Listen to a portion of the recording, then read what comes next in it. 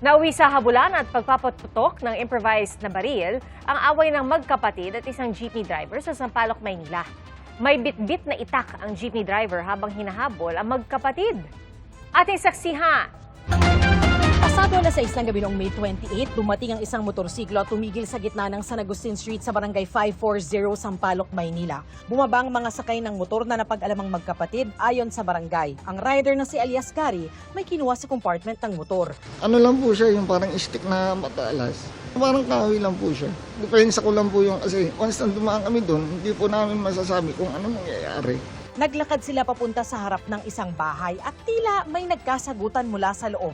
Maya-maya pa, tumakbo ang magkapatid. Hinahabol pala sila ng nakaalitang si Alias Tonyo na isang tsuper ng jeep na may bitbit na itak. Bumunot ng or kumuha siya ng parang patalim or weapon sa kanyang motor. Sinugod si jeepney driver. Si jeepney driver naman umatras, pumasok sa bahay, paglabas may dalang itak. Nang hindi mahabol ang magkapatid, pinagtataga ni Alias Tonyo ang naiwang motorsiklo. Lumabas din ang kapatid ni Alias Tonyo na may dalang pamalo.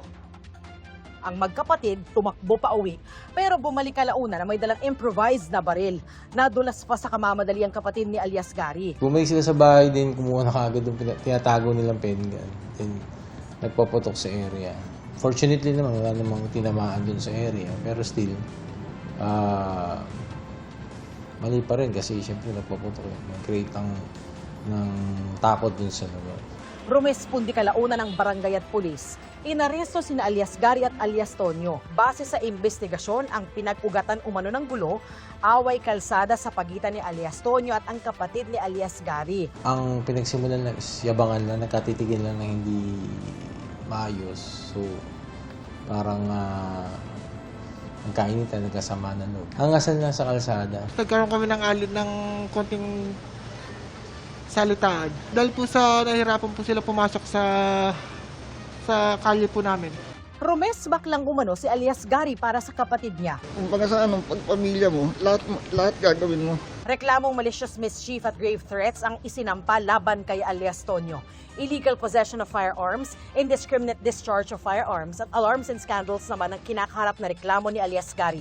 Pareho silang nakapiit ngayon sa Sampaloc Police Station.